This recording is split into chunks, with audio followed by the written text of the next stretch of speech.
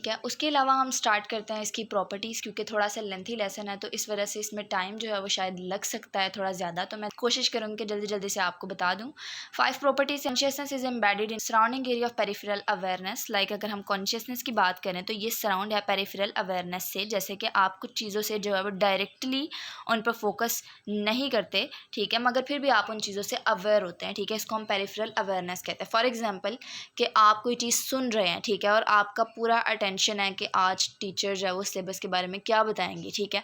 तो टीचर जो बता रही हैं ऑब्वियसली आपका पूरा फोकस जो है वो उसके ऊपर है, लेकिन इर्द गिर्द से अगर आपके फ्रेंड्स या कोई बात कर रहा है तो ऑब्वियसली आप उन चीज़ों को भी सुन रहे हैं, तो आप डायरेक्टली उसके ऊपर अटेंशन नहीं दे रहे लेकिन आप उसको सुन रहे हैं, तो ये चीज़ जो है वो इसमें पेरिफेरल अवेयरनेस में आ जाती है। उसके अलावा कॉन्शियसनेस इज डायनामिक। लाइक ये जो है वो डायनेमिक है, लाइक ये मुसलसल जो है वो बदलती रहती है, ठीक है, constantly from one focus to the next. Like एक से दूसरी तरफ ये बदलती रहती है। हमारी जो कॉन्शियसनेस होती है, जो हम एक तरह से अवेयर होते हैं कुछ चीज़ों के बारे में, तो ये अलर्ट होना, अवेयर होना, ये भी चीज़ जो है वो बदलती रहती है। बाज़ दफ़ा हम किसी चीज़ के बारे में काफ़ी अवेयर होते हैं और अचानक से जो है वो हमारा फोकस उससे हट जाता है और हम किसी और चीज़ के बारे में जो है वो अवेयर होने लग जाते हैं, तो इस तरह की चीज़ इसमें बताई गई है। उसके अलावा consciousness as a point of view. अब कॉन्शियसनेस का जो है क्या पॉइंट ऑफ व्यू यहाँ बताया गया है कि ये देखता है दुनिया को आपके पर्सपेक्टिव से, ठीक है, जैसे आप अपनी आंखों से देख रहे होते हैं, ठीक है, ये भी एक तरह से उसी तरह का पॉइंट ऑफ व्यू रख लेता है, ठीक है। इस वजह से उन्होंने बताया कि consciousness has a point of view. आप जिस तरह से वर्ल्ड को देखेंगे, ठीक है, ऑब्वियसली वो आपका पर्सपेक्टिव बन जाएगा, तो उस लिहाज से कॉन्शियसनेस का एक पॉइंट ऑफ व्यू बन जाएगा। उसके अलावा consciousness has a need for orientation. Like consciousness जो है, ठीक है, उसको ये जानने की ज़रूरत है कि आप कहाँ हैं, क्या वक्त है और आपके आसपास क्या हो रहा है, ठीक है। तो ये ओरिएंटेशन जो है बेसिकली मदद करती है कॉन्शियसनेस स्विच में फोकस करने में कि क्या हो रहा है अभी और क्या फिज़िकली तौर पर मौजूद नहीं है। लाइक फॉर इंस्टेंट हमारी मेमोरी, हमारी सोचें वगैरह जो होती हैं वो चीज़ें इसमें आ जाती हैं, ठीक है। उसके अलावा consciousness can focus on only one thing at a time. Like एक टाइम में जो है वो एक ही चीज़ के ऊपर फोकस करता है। अगर हम अगली लाइन की बात करें, क्या speaker can produce only one focus of consciousness at a time which is reflected in brief spurt of language called intonation units.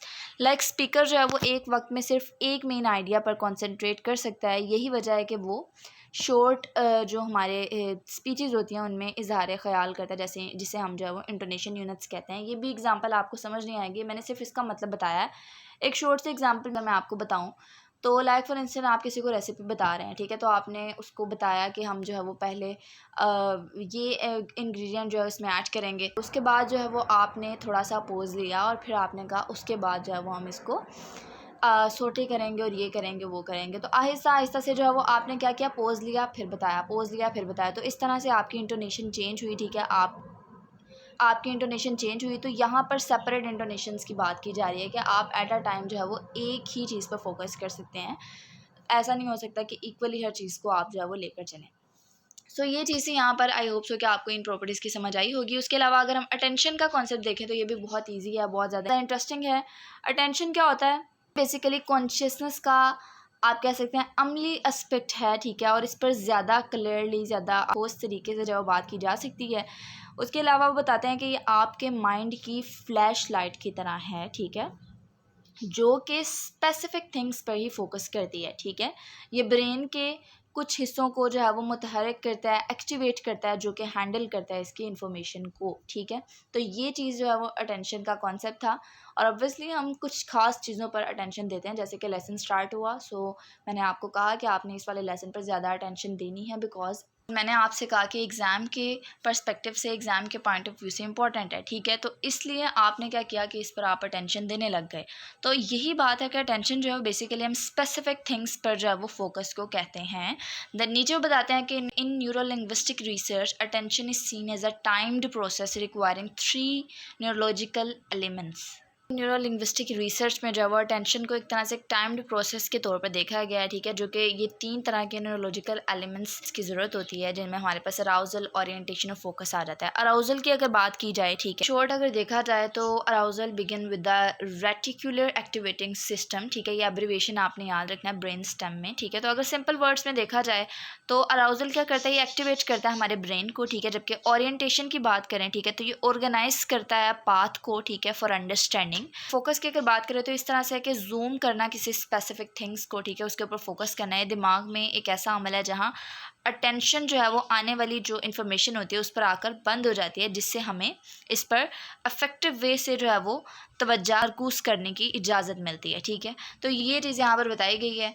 तो ये आपको फोकस की भी यहाँ से समझ आ जाएगी। मैंने आपको एक्स्ट्रा बता दिया कि this process selectively locks on to the pathway. तो ये आपने एक दफ़ा इसको रीड कर लेना। अभी मैंने आपको इसका मतलब बताया है कि ये जो है क्या करती है यहाँ पर कि दिमाग का एक ऐसा प्रोसेस है जहाँ पर अटेंशन आने वाली जो इन्फॉर्मेशन होती है उस पर बंद हो जाती है, जिससे हमें इस पर इफ़ेक्टिव वे से तवज्जो मरकूज़ करने की इजाज़त मिलती है। ठीक है, उसके अलावा यहाँ पर 2 की आइडियाज़ की बात की जा रही है, जो कि एक लिमिटेड कैपेसिटी, एक सेलेक्टिव अटेंशन है। ठीक है, लिमिटेड कैपेसिटी की अगर बात की जाए तो एक ही चीज़ पर एट अ टाइम जो है फोकस करना इसमें आ जाता है। ठीक है, लाइक आप जो है वो एट अ टाइम एक ही चीज़ पर फोकस कर सकते हैं, मगर स्विच कर सकते हैं उसको क्विकली। ठीक है, लाइक एक चीज़ से दूसरी चीज़ में जो है वो क्विकली आप स्विच भी कर सकते हैं। अगर हम सेलेक्टिव अटेंशन की बात करें तो इसमें क्या होता है कि ये एक एग्जाम्पल मैं आपको देती हूँ, like pick out one voice. ठीक है, इन अ नॉइजी रूम। किस तरह से, मतलब कि एक स्पेसिफिक चीज़ पर जो है फोकस करना इसमें आ जाता है। नाम से भी पता चल रहा है सेलेक्टिव अटेंशन के सेलेक्ट करना एक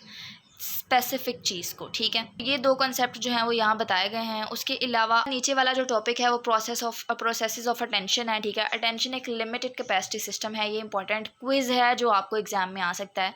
देन नीचे बताते हैं कि अटेंशन जब इन्वॉल्व है 3 नेटवर्क्स में, जिनमें हमारे पास अलर्टनेस, ओरिएंटेशन और डिटेक्शन आ जाता है। अलर्टनेस क्या होता है, लाइक कि आपको जो है वो अलर्ट होना है, जहनी तौर पर तैयार होना है आने वाली जितनी भी इंफॉर्मेशन है उसके लिए। ठीक है, आपको तैयार रहना है। ओरिएंटेशन की अगर बात की जाए तो अपने अटेंशन को डायरेक्ट करना किसी स्पेसिफिक चीज़ पर। उसके अलावा अगर हम डिटेक्शन की बात करें तो जितनी भी सेंसरी इन्फॉर्मेशन होती है, ठीक है, उसको रिकॉग्नाइज करना, डिटेक्ट करना, लाइक क्या आपकी सेंस जो है वो पिक करती है, तो वो सारी चीज़ें इसमें आ जाती हैं। 3 तरह के कॉन्सेप्ट है, आपने इनको याद करना है। उसके अलावा जो है वो यहाँ पर एक last topic but not the least, खैर, individual differences in neurological process. पहले मैंने सोचा था कि मैं आपको कहूँगी आपने एक दफ़ा खुद रीड करना है, फिर आई थॉट के बहुत सारे स्टूडेंट्स जो हैं वो आई थिंक कॉन्सेप्ट्स पर जस्ट रिलाई करते हैं और मे बी बहुत कम जो है वो रीड करते हैं। तो इस वजह से मैंने सोचा कि इसका भी आपको शॉर्ट सा कॉन्सेप्ट बता दूं कि ये 6 क्रिटिकल डिफरेंसेस हैं अमंग इंडिविजुअल्स। ठीक है, इंडिविजुअल्स के दरमियान भी कुछ डिफरेंसेस आ जाते हैं। अगर हम लोकल प्रोसेसिंग की बात करें तो इसका क्या मतलब होता है कि हमारा जो ब्रेन न्यूरल फंक्शंस है वो किस तरह से काम करता है क्विकली। ठीक है, इसमें वेरिएशंस हो सकती हैं। ठीक है, इसमें डिफरेंसेस हो सकते हैं। उसके अलावा कमिटमेंट एंड प्लास्टिसिटी आ जाता है। इसमें क्या है कि जैसे लैंग्वेज स्किल डेवलप होता है तो ये ज़्यादा ऑटोमेटिक हो जाता है और कम फ्लेक्सिबल हो जाता है। ठीक है, लाइक ईजियर टू यूज़ तो हो जाता है लेकिन कम फ्लेक्सिबल हो जाता है। तो ये चीज़ यहाँ बताई गई थी। उसके अलावा अगर हम इंटीग्रेटिव सर्किट की बात करें तो ये क्या है कि लोग यूज़ करते हैं स्पेशलाइज्ड ब्रेन कनेक्शंस को लैंग्वेज लर्निंग के लिए और मेमोरी के लिए, मेमोरी जो कंसोलिडेशन होती है उसके लिए। तो जस्ट ये चीज़ मैं आपको ओवरऑल कॉन्सेप्ट दे रही हूँ। ठीक है, जो चीज़ मैंने आपको बताई आप जस्ट इतनी सी चीज़ लिख लेंगे तो इनफ है। उसके अलावा फंक्शनल न्यूरल सर्किट की अगर बात की जाए, ठीक है, तो ये डिफरेंट पार्ट ऑफ ब्रेन की बात की जा रही है जो कि काम करते हैं ऑल टुगेदर, इकट्ठे काम करते हैं। ठीक है, स्पीच साउंड की प्रोसेसिंग में। ठीक है, तो जस्ट ये चीज़ यहाँ पर बताई गई है। उसके अलावा अगर हम स्ट्रेटेजिक कंट्रोल की बात करें तो ये इसमें बताया गया है कि कुछ जो हायर लेवल एक्टिविटीज़ होती हैं, जैसे कि उन एक्टिविटीज़ की अगर बात की जाए तो कंट्रोलिंग इमोशंस आ जाता है, फोकसिंग अटेंशन आ जाता है और यूजिंग लर्निंग स्ट्रेटेजीज आ जाता है। तो ये जो है वो, ठीक है, ये सारी इम्पैक्ट जो है वो डाल सकते हैं कि कैसे ब्रेन जो है वो काम करता है। ठीक है, देन लास्ट पर जो है वो लेवल ऑफ अटेंशन आ जाता है कि कुछ फोकस करते हैं ज़्यादा ओवरऑल मीनिंग के ऊपर, बिग पिक्चर के ऊपर। ठीक है, जबकि कुछ जो है वो सिर्फ स्पेसिफिक डिटेल जो है उसके ऊपर फोकस करते हैं, जो कि असर डालता है कि कैसे इफेक्टिव वे में जब हम लैंग्वेज को लर्न कर लेते हैं जल्दी से। तो ये चीज़ यहाँ बताई जा रही थी। आई होप सो कि आपको लेक्चर की समझ आई होगी। इतना लेंथी लेक्चर भी जो है मैंने आपको बहुत ही ज़्यादा शॉर्ट वे में बताने की कोशिश की है। लिटरली बहुत ज़्यादा टाइम लगता है और फिर जाकर जो है लेक्चर शॉर्ट होता है। मुझे खुद इस पूरे लेसन को रीड करना पड़ता है अगेन से, और फिर इसमें से कुछ चीज़ें इंपॉर्टेंट आप लोगों के लिए जो है वो शॉर्ट वे में बताने की कोशिश करती हूँ। सो अप्रिशिएट किया करें, उन लोगों के साथ शेयर किया करें जिनका ये सब्जेक्ट है। आसान नहीं होता, करके देख लें, आपको भी पता चल जाएगा। बाकी कोई चीज़ रह जाए तो कमेंट सेक्शन में पूछ सकते हैं, आपके लिए कमेंट सेक्शन और ऑब्वियसली क्यूरीज के लिए है। जो क्यूरी हो आप पूछा करें, अपने कॉन्सेप्ट क्लियर किया करें। दुआओं में याद रखिएगा। मिलते हैं नेक्स्ट लेक्चर में, तब तक के लिए दीजिए इजाज़त। अल्लाह हाफिज़।